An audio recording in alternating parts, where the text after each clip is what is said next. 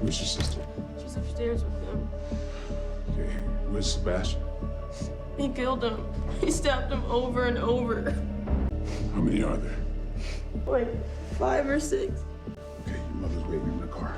I want you to run as fast as you can.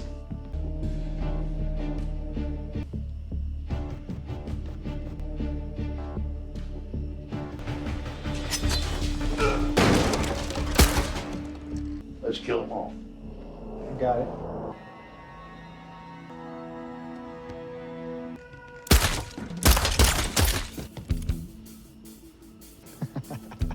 Miss me, motherfucker.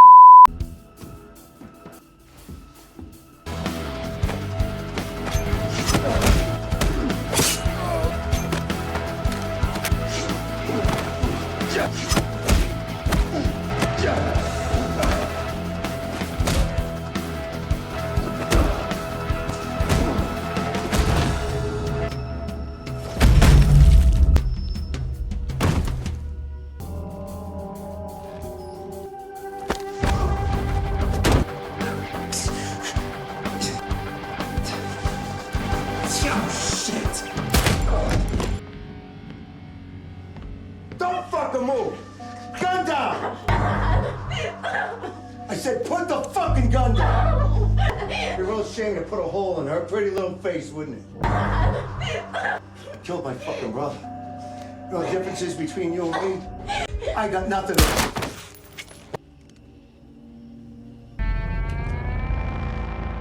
Hey, Johnny. It's James. It's just you and me now.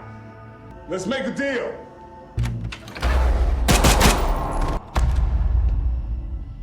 Drop that shit.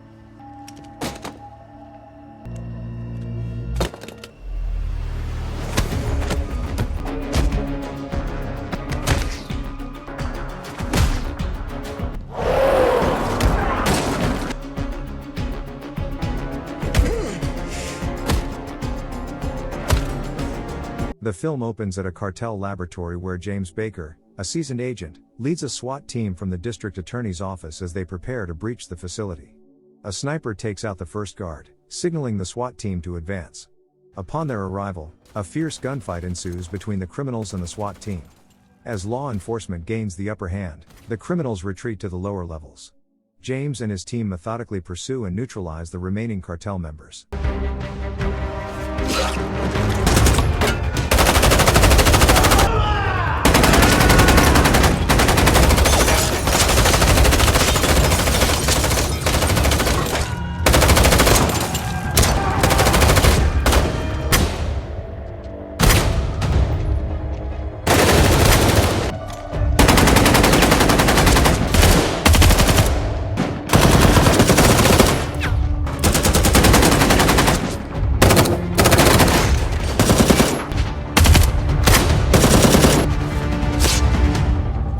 After dispatching most of the Mexican cartel operatives, James commands the last surviving thug to surrender his weapon.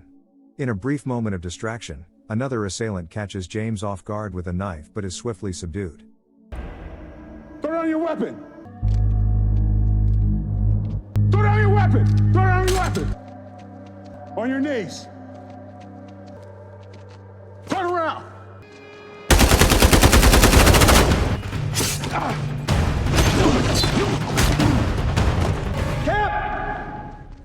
James, we need him alive. Although the adversaries are ultimately defeated, James discovers that 3 hostages were inadvertently killed during the operation. Following this tragic incident, he is granted leave to recover from hallucinations and PTSD-related nightmares. After a prolonged separation, he reunites with his wife and 2 teenage daughters, Natalie and Jennifer. The narrative then shifts to Johnny, an incarcerated criminal on the verge of release. Inside the prison, he is pursued by an angry group seeking retribution for his past actions. A former soldier who served in Iraq and Afghanistan, Johnny effortlessly overpowers his attackers and calmly lights a cigarette. Johnny, I heard you were getting out today. We got some unfinished business. I don't want to have any trouble, right? Getting out soon.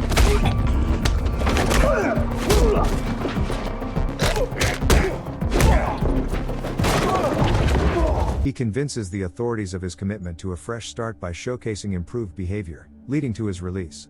Meanwhile, James shares a meal with his family, burdened by memories of the hostages.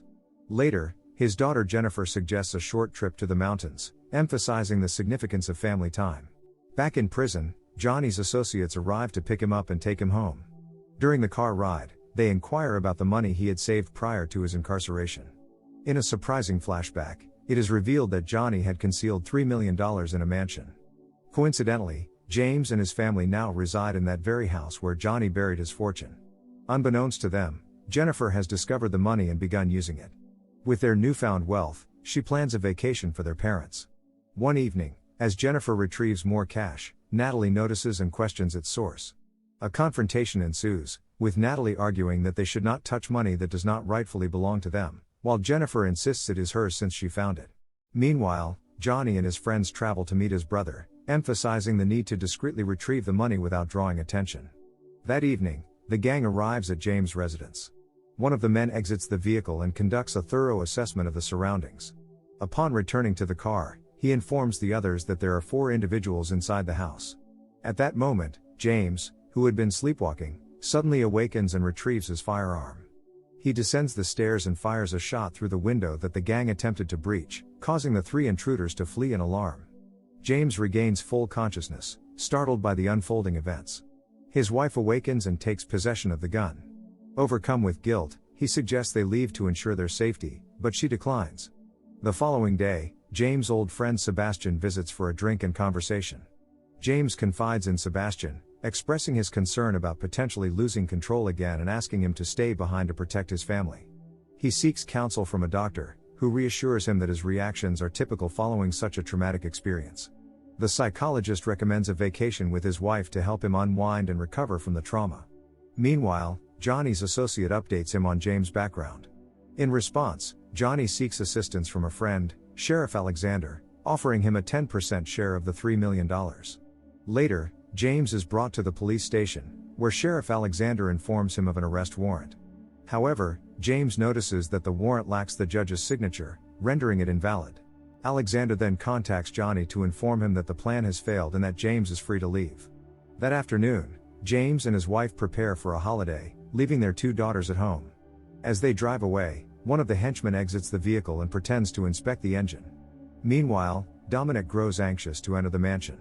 In the evening, the henchmen arm themselves, unaware of the impending events. Jennifer has organized a party and invited several friends over. However, the henchmen remain unfazed and are determined to proceed with their intentions. While James and his wife are still en route, he becomes troubled by flashbacks of the earlier incident. His wife notices his distress and inquires about what is troubling him. James recounts how, after confronting the criminals, they discovered that they had inadvertently caused the deaths of 3 hostages, a woman and her 2 daughters. His wife attempts to console him, assuring him that it was a tragic mistake that could have happened to anyone. Natalie remains in her room during the party due to her discomfort. Accidentally, she knocks over a lamp and uncovers a concealed box belonging to Johnny, which contains a substantial amount of cash, a valuable ring, and a photograph of a woman. Determined to learn more about the previous occupants of the house, Natalie conducts an online search and discovers an article regarding Johnny's arrest, accompanied by a photo of the woman, who is likely his ex-wife. With resolve, she decides to store the box in her computer case and reaches out to James' friend Sebastian to share her findings. She also informs him about Johnny's arrest, and he advises her to remain calm. One of the henchmen takes pills to bolster his confidence before embarking on their mission, while the others express concern that he may act violently if he loses control. Natalie attempts to contact her father immediately, but her call fails to connect. She leaves a message urging him to return her call promptly. The henchmen approach the residence wearing masks to disguise their identities and encounter 2 teenagers in a car. One of the henchmen abducts the boy while the girl attempts to flee, tragically resulting in Dominic shooting her.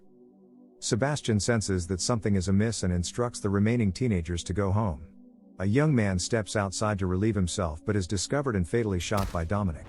The henchmen then break into the house as Dominic continues his violent assault on the teenagers. Meanwhile, Natalie hides in her room, seeking refuge beneath her bed. She dials her mother's number, and James answers but struggles to hear her clearly. He promises to call back shortly. His wife urges him to redial, but they are unable to establish a connection. Dominic forcefully enters Natalie's room and finds her hiding under the bed. Just as James finally receives a signal, he listens to Natalie's distressing message about intruders in the house. Confused about whether he is experiencing another hallucination or if it is real, he plays the message for his wife, who confirms its authenticity. Efforts to contact Sebastian are unsuccessful, leading them to make a hasty decision to return home. Meanwhile, the henchmen continue searching for the hidden money within the house. After gathering their loot in the kitchen, one of them realizes a significant issue: they have found everything except Johnny's deceased wife's ring. Additionally, Johnny's brother claims that $100,000 is missing from the $3 million they were instructed to recover. He confronts Jennifer about the missing money, but she denies any knowledge of it. Fortunately, the other henchmen eventually locate the remaining cash hidden behind a wall. In the meantime, despite being restrained, Sebastian manages to free himself. He swiftly overpowers Johnny's brother, forcefully bringing him to the ground. Sebastian then strikes his head against the floor before delivering a fatal shot. Just as he gains the upper hand, another henchman intervenes, delivering a powerful kick to Sebastian's head. The henchman contacts Johnny to inform him of his brother's tragic death. Simultaneously, a fierce struggle unfolds in the streets. Ray, an old acquaintance of Johnny, engages in a brutal confrontation with another opponent.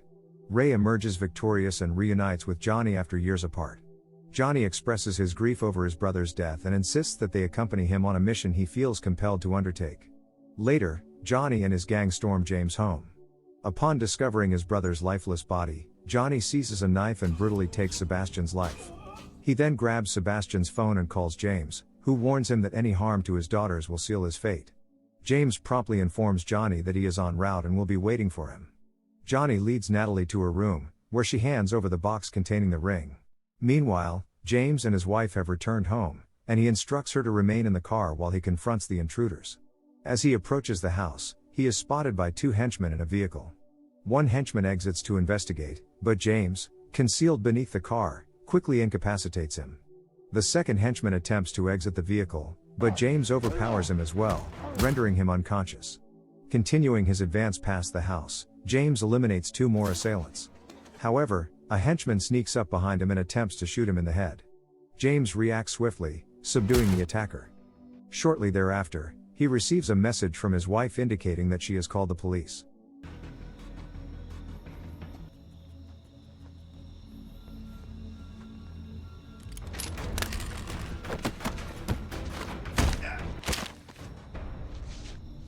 Outside, Dominic discovers the lifeless bodies. James bravely enters the house and finds his eldest daughter, urging her to escape outside for safety. Where's your sister? She's upstairs with him. Okay, where's Sebastian? He killed him. He stabbed him over and over. How many are there? Like 5 or 6. Okay, your mother's waiting in the car. I want you to run as fast as you can. A henchman attempts to attack him, but James spots his shadow and quickly neutralizes him.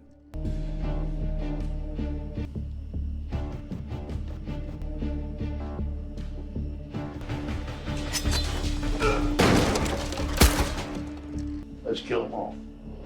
Got it. Meanwhile, Johnny and his crew become aware of James' presence.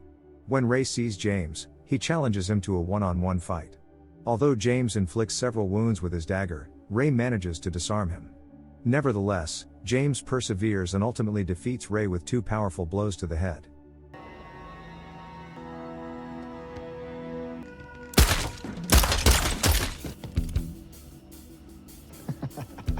Miss me, motherfucker.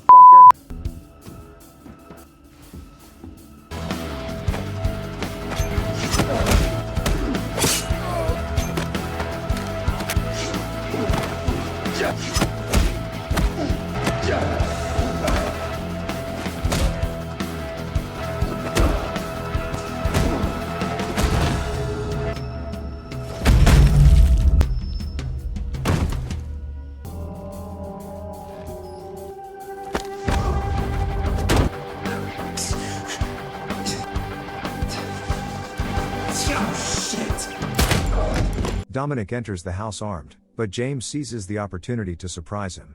Dominic tries to fire his weapon, but James redirects his aim, resulting in Dominic's death. Ascending the stairs, James encounters a henchman named Trey who is holding Natalie captive and threatening her life. Unfazed, James points his gun at Trey and eliminates him with a single shot. Don't fucking move! I said put the fucking gun down! It'd be a real shame to put a hole in her pretty little face, wouldn't it? I killed my fucking brother. You know what the difference is between you and me? I got nothing. He then embraces his daughter and encourages her to go downstairs. James calls out Johnny's name, asserting that only the two of them remain. It's just you and me now. Let's make a deal. He throws Trey's lifeless body into the room, prompting Johnny to fire several shots in response. This sets the stage for an intense hand-to-hand confrontation in which James unleashes a series of blows. Drop that shit.